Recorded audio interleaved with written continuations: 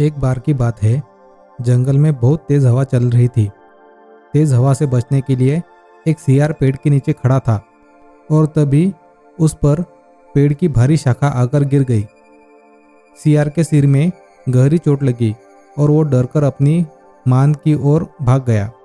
उस चोट का असर कई दिनों तक रहा और वो शिकार पर नहीं जा सका। खाना ना मिलने से सियार दिन प्रतिदिन कमजोर होते जा रहा था। एक दिन उसे बहुत तेज भूख लगी थी और उसे अचानक एक हिरन दिखाई दिया। सियार उसका शिकार करने के लिए बहुत दूर तक हिरन के पीछे दौड़ा, लेकिन वह बहुत जल्दी थक गया और हिरन को भी नहीं मार सका। सियार पूरे दिन भूखा प्यासा जंगल में भटकता रहा, लेकिन उसे कोई मरा जानवर भी नहीं मिला जिससे वह अपना पेट भर सके। जंगल से निराश होकर सियार ने गांव की ओर जाने की ठानी। सियार को उम्मीद थी कि गांव में उसे कोई बकरी या मुर्गी का बच्चा मिल जाएगा जिसे खाकर वह अपनी रात काट लेगा। गांव में सियार अपना शिकार ढूंढने लगा, लेकिन तभी उसकी नज़र कुत्तों के झुंड पर पड़ी जो उसकी ओर आ रहे थे। सियार को कुछ समझ में नहीं आया और वो धोबियों की बस्ती की ओर दौड़ने लगा। कुत्ते लगातार भौंक रहे थे और सियार का पीछा कर रहे थे। सियार को जब कुछ समझ नहीं आया तो वह धोबी के उस ड्रम में जाकर छुप गया जिसमें नील घुला हुआ था।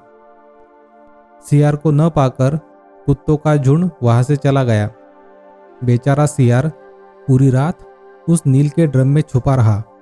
सुबह सवेरे जब वह ड्रम से बाहर आया तो उसने देखा कि उसका पूरा शरीर नीला हो गया है।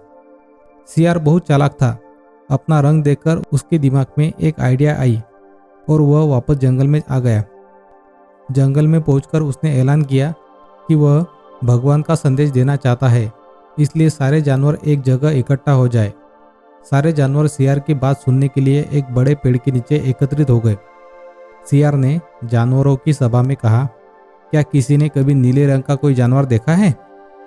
मुझे यह अनोखा रंग भगवान ने दिया है और कहा है कि तुम जंगल पर राज करो। भगवान ने मुझसे कहा है कि जंगल के जानवरों का मार्गदर्शन करने की जिम्मेदारी तुम्हारी है। सभी जानवर सियार की इस बात को मान गए। सब एक स्वर में बोले, कहिए महाराज, क्या आदेश है? सियार ने कहा, सारे सियार जंगल में चले जाए, क्योंकि भगवान ने कहा है कि सियारों की वजह से इस जंगल पर बहुत बड़ी आपदा आने वाली है। नीले सियार की बात को भगवान का आदेश मानकर सारे जानवर जंगल के सियारों को जंगल से बाहर खदेड़ आए। ऐसा नीले सियार ने इसलिए किया क्योंकि अगर बाकी सियार जंगल में रहते तो उसकी पोल खुल सकती थी।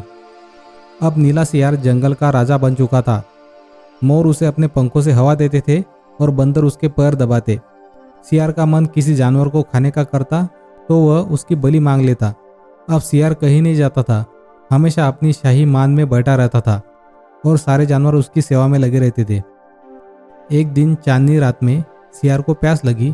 वह मान से बाहर आया तो उसे सियारों की आवाज़ सुनाई दी जो दूर कहीं बोल रहे थे। रात को सियार हूँ हूँ की आवाज़ करते हैं क्योंकि ये उनकी आदत होती है। नीला सियार भी अपने आप को रोक न सका। उसने भी जोर जोर से बोलना शुरू कर दिया। शोर सुनकर आसपास के सभी जानवर जाग गए। उन्होंने नीले सियार को हूँ हूँ की आवाज़ निकालते हुए देखा। तब उन्हें पता चला कि ये एक सियार है और इसने हमें बेवकूफ़ बनाया। अब नीले सियार की पोल खुल चुकी थी। यह पता चलते ही सारे जानवर उस पर टूट पड़े और उसे मार डाला। इस कहानी से हमें यह सीख मिलती है कि हमें कभी भी झूठ नहीं बोलना चाहिए। एक न एक दिन पोल खुल जाती है। किसी को भी ज़्यादा दिनों तक बेवकूफ़ नहीं बनाया जा सकता। Moral stories in Hindi podcast का ये एपिसोड अगर आपको अच्छा लगा तो इस पॉडकास्ट को शेयर करना भी ना भूलिएगा। धन्यवाद।